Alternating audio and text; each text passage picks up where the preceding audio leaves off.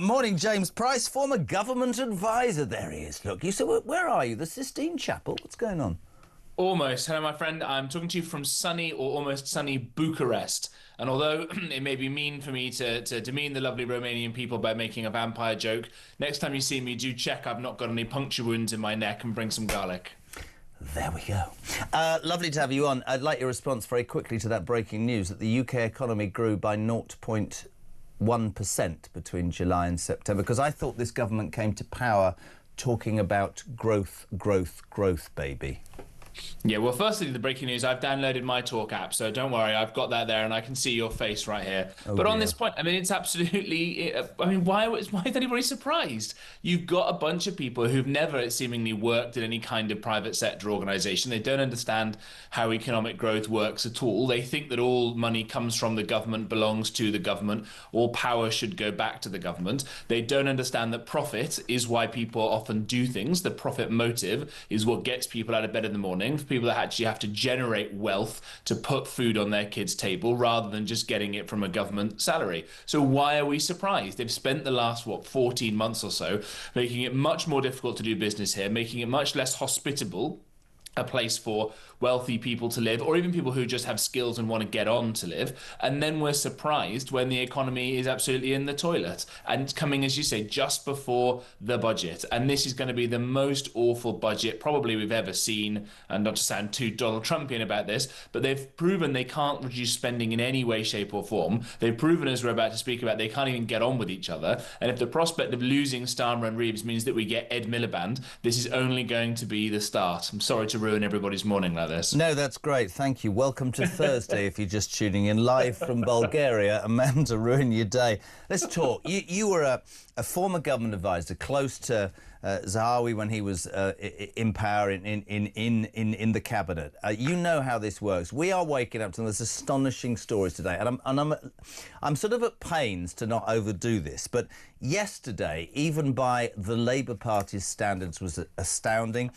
Allies of the Prime Minister started briefing to journalists, all proven, saying, you know, if there's a leadership campaign, let me tell you, Keir Starmer will fight it. They pointed the finger at Wes Streeting. Wes Streeting is a good a media performer, came out, did the morning round and went, hold on a minute, I'm not a traitor, I'm a faithful, this is outrageous. You know, what's going on here, I know, don't be cynical, what's going on here is number 10 is toxic, you need to get that sorted, turned it back on Starmer. Starmer then goes to Prime Minister's question time and doesn't even, I mean, this is, I want to play this to you, won't back his chief of staff, tries to back his colleagues and just ends up looking like a complete idiot. Watch this, James and everybody else. This is Starmer refusing to back the very man, Morgan McSweeney, who's at the centre of all this. Have a watch. The Prime Minister is not going to do anything about the toxic culture. This is his responsibility. Just last night, his allies accused not just the Health Secretary, but the Home Secretary and even the Energy Secretary of launching leadership bids. These attacks came from number 10, nowhere else, his toxic number 10. The person responsible for the culture in number 10 is his Chief of Staff, Morgan McSweeney. Does the Prime Minister have full confidence in him? No.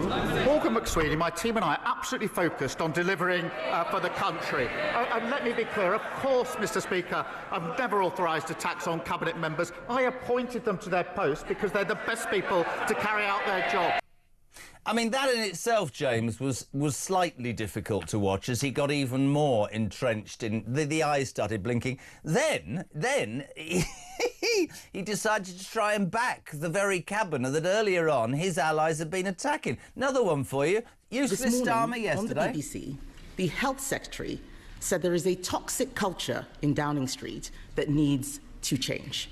He's right, isn't he? Mr Speaker, my focus each and every day is on rebuilding and renewing our country. But let me be absolutely clear, any attack on any member of my cabinet is completely unacceptable. On the Health Secretary, Mr Speaker, in relation to Health Secretary, he promised before the election that in the first year of a Labour government we'd deliver 2 million extra appointments. We didn't deliver 2 million, or 3 or 4. We delivered 5 million extra appointments. And today the Health Secretary is in Manchester, where he's announcing that because because of the action he's taken to abolish NHS England, he's putting more people on the front line. He's doing a great job, as is the whole of my cabinet. James Price, I just love your response, please, because I just sit here with my head in my hands. It's unbelievable to watch this unravelling, isn't it? I mean, in some ways, it is a little bit like watching two bold men fight over a comb, as in who wants to run the Labour Party, until you realise, of course, that this is the future of the nation, that they'll be granted the power to determine. It is absolutely ridiculous that it took the Tories, 14 years to get that bad, and it's taken Labour 14 months. And Starmer is just so rubbish that when he starts hearing about a tax on the cabinet, he goes, oh, well, we haven't taxed the cabinet very much. We've taxed all the working people and we've taxed everybody else. So why don't we tax the cabinet as well? No, it's okay. A tax on the cabinet. Oh, right, okay. It is just shambolic. And it seems to me, and I don't know any of these people involved because the Labour Party wouldn't deign ever to talk to an evil Tory. But this chap, Morgan McSweeney, the Chief of Staff, seems like the one person in the whole shambolic Labour operation, this would be me giving him the kiss of death now, who understands the deep-rooted problems at the heart of the country, which is the fact that the blob has all the power and the elected politicians have none of it. He seems to be the one person who wants to get to grips with this. Maybe Streeting, to be fair to him, having abolished, as we heard there, NHS England and getting more bureaucrats out of the way. The rest of them don't have a clue. You've got Ed Miliband, who, as you say, the overwhelming favourite amongst the Labour faithful to succeed Starmer if he were to be fired, is someone who's so crazy he doesn't understand how any of the energy markets work, can't explain why it is that when he promised to bring down bills, they've gone up, and has no plan to actually fix any of them. In a world where even Bill Gates is saying, by the way, climate change is not going to end humanity, don't worry, it's all going to be fine, we've got the tech to fix it. Or, as you say, any of these other clowns. He's had to fire almost half of his cabinet already. The housing minister for getting houses for herself, the transport secretary for fraud, the anti-homelessness minister for making people homeless, the anti-corruption minister for being corrupt. He had to reprimand the culture secretary for appointing a Labour donor to somebody, and then had to reprimand himself because it turned out he signed that off. I mean, what on earth are these people playing at? I mean, it is extraordinary, and for people tuning in, I mean, it's almost becoming like reality television, because it's not going to get any better. I never thought in my wildest moments that you could walk into Downing Street, as you quite rightly said, 14, 15 months ago, with the biggest post-war majority. Let's just nail that in the history of the election process in this country and mess it up. But the alternatives, people just in their droves this morning saying, my God, the alternatives. It comes to something, and I'll move on now, but it comes to something, JP, does it not? When people in their droves are saying, I know he's rubbish, but we'd rather have him than any of the rest of them. I mean, here's the thing. If he resigned tomorrow, I don't want to upset anybody who's about to have their breakfast. The man on screen right now, David Calamity Lammy, the man who yesterday said, yeah, I know we've let 91 prisoners out by mistake in the last 12 months, I think. And maybe another 3 this week, I think. I'm not altogether sure. He'd be the Prime Minister, for God's sake. Let's move on. Today, the BBC, JP, say that they will issue a formal and direct apology to President Donald J. Trump after he threatened to sue them for £1 billion. I've been going on about this all week. That's all well and good. The BBC, in my mind, is rotten to the very core. We can go on forever about the past. Savile, Rolf Harris turning a blind eye, Hugh Edwards, Martine Croxall, pregnant people. What a great journalist she is, to have changed to something like Common Sense and be slaughtered by BBC Verify. It's not a level playing field anymore. And I believe that the BBC in 2025 and going further can no longer say we want 180 quid from all of you. You're going to be fined or imprisoned if you don't pay that fine. You've got good programmes, the BBC, right? Put them out there in the open market and see whether the British public are ready and willing to subscribe. Because the problem is, when you get £5.39 billion a year and your news output is as biased and actually, corrupt as it's being proven to be, whether it's the refusal to call Hamas terrorists, the making of that documentary, all of it. What did we hear yesterday? 2 news bulletins a week on the Gaza situation having to be changed because they were anti-Semitic. It is disgusting. Don't know about you. BBC's got to change or it's dead, isn't it? Yeah, I mean, I think in some ways it is already dead. People aren't watching anymore. It's lost a lot of its kind of elite taste-making power of the generations who are rising up. No young people bother watching it anymore. And the few good people who are there, and there are good people there, are starting to panic and realize this. Someone like Amal Rajan is understanding, I think he's very good, that the media is moving into podcast and online and all these things, and is trying desperately to drag Auntie along, and seems to me one of the few unbiased people. And there are other good people there as well. Some of the straight news reporters are very good. Someone like Henry Zeffman, an excellent reporter, but when they're getting dragged down by all of these sorts of people, when you go in the building, and I don't know, Jez, last time you went into the main BBC building, can I just stop you there? 15 years at ITV, came to talk, haven't ever been inside the BBC, patently never going to be invited inside the BBC, frankly don't give a fat rat's backside, not interested. And I object, not just for myself, but on behalf of listeners and people across this country, that we are held to ransom for fear of retribution if we don't pay a fee that I don't believe is being paid wisely. Somebody said earlier, JP, if Trump had or does successfully sue the BBC, guess who'll bloody well have to pay it? The British licence fee taxpayer. Us. Not right. Yeah, absolutely right. And look, there was a chance for the BBC in the fractured American environment to be an honest broker. You know, you've got Fox News and things like that are openly, to be fair, on the right, and you've got lots of rubbish shows in America that are openly on the left. The BBC could have had a great role in strengthening the special relationship, in helping rebuild this, because the American economy is going to be going gangbusters over the next few years. We could have done a lot to help with influencing our best friend and our closest ally. And we've totally screwed the pooch, or the BBC has totally screwed the pooch on this, and they've just been found out. And let's go back to this. It's not just this bombshell report that put down very, very eloquently and very well all the biases we know about. The massively pro-trans thing, the massively pro-Hamas thing, the massively anti-Trump, all the rest of it. It was the fact that this report made its way up to the very top. It made its way to the Director General on the board, and they all said, don't worry about it. You see that carpet under there? Sweep it under. Don't worry. It's not just the crime, it's the cover-up. And it's rotten, as you say, and it's all got to be changed in a big, big way. So if you're tuning in to James Price and myself and you're thinking, great, so the Labour Party's in turmoil, this country's going down the toilet, the BBC is biased and prejudiced, is there anything joyous you can give us this morning that we can react to in a positive way? Not really. There's something else that's come out today that frankly I have to really, really control myself with, because this is likely to send me possibly into rehab. I honestly, Shamina Begum, that ISIS bride, according to a review this morning, right, should be allowed back into Britain, a review of counter-terrorism has said. 26 now, stripped of her British citizenship after fleeing London at 15 to join the Islamic State. She's living in a detention camp in Syria.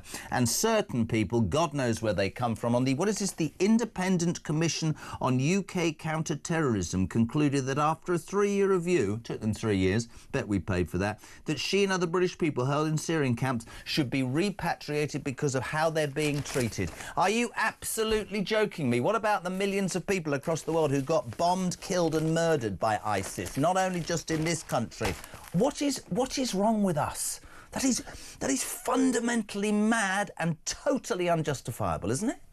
It is. And let's not just think about the horrendous crimes that ISIS committed, and we won't talk about it this time of the morning. If people really feel the need to, they can look it up. The just horrendous evil that those people were doing when Shamima Begum decided that she was going to go and join them, holding open-air slave auctions, murdering and torturing and raping their way across a part of the world with gay abandon. This was not even Nazi-esque crimes, because the Nazis tried to hide what they did. These people were flaunting it and doing it in the open, much, by the way, as Hamas were doing, which is why they're terrorists, even though the BBC won't say they are. But it's not just the people like Shamima we've managed to at least get out of the country and strip of passports. There are an awful lot of people, I'm afraid to say, walking amongst us in Britain today who also hold these sorts of beliefs. And we know there are tens of thousands of people who MI5 have got on their Islamist terrorist watch list. Why would we bring more of these people back in and spend more of our resources when, frankly, we're a pretty compromised and pretty dangerous and fairly poor country at the moment? The one good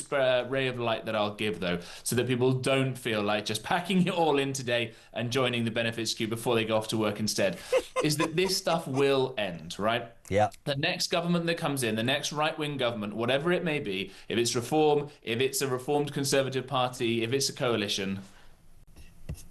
Oh, I thought I lost you for a second there. No, you're back. See, they don't want me to give good news. Someone's out there stopping it. But this will end. Yes, it will. This will end, and people are seeing the light in record numbers. Even, I think, a majority of Green Party supporters want mass deportations. Good. So put that in your pipe and smoke it, Mr. Polanski, or whatever your name is. Yes. Change is going to come, and we're going to save Britain from this madness eventually. Change will come with Zach Polanski under hypnosis. We've only got 1 more minute. I want your response to 2 other very, to me, annoying stories. Very quickly, the new Archbishop of Canterbury, doesn't matter that she's a woman, has decided that she wants to back the baptising of migrants. This sent Charlie Rowley through the roof earlier. So if you are an illegal, just say, find God. Find God and you can stay. Is she on another planet? She's the Archbishop of Leiden Canterbury. Look, I really want her to be right. As a Christian, I think it's wonderful every time people genuinely come to see the beauty and the wisdom and the glory of Christ and of his sacrifice to us. But if you've got people coming who've never heard of the resurrection, I'm sure they can claim to be particularly devout. I think that it would be wonderful for this to be true, and it would be a great way for people to assimilate once they get here. But we need some very, very stringent checks and not to be so damn naive about it. And finally, ladies and gentlemen of the show, a nurse, James Price gets this new, has been fined £1,000 yesterday for fly tipping an envelope next to overflowing bins. Hounslow Council, Labour, issued the penalty despite Loretta Alvarez's claims that the communal bins outside her home in Feltham, West London, were full. She put a bin full, and it fell out, the envelope. They fined her £1,000, but Shamina Begum could come back in this country. Just sum up where we're at, because I'm going to have to lie down in a dark room very soon. Well, I'm tempted just to call it a load of old rubbish. Hey! But these are the sorts of rubbish policies that you can expect if you've got a Labour council. Again, one more ray of light for you. After the way that this lot are behaving, of Starmer and Miliband and all these other morons who are willfully destroying the country, I'm not sure they're ever going to get back into central government again. Let's make sure they never get back into local government again, and we can end the scourge of socialism that has been a drag and a massive, massive pain against the development of Britain for a century now. Good man. Great to have you on. Get back safely from Bulgaria. Get yourself in the studio next week. The amazing James Price, former government special advisor. Morning Glory on 7 at 25.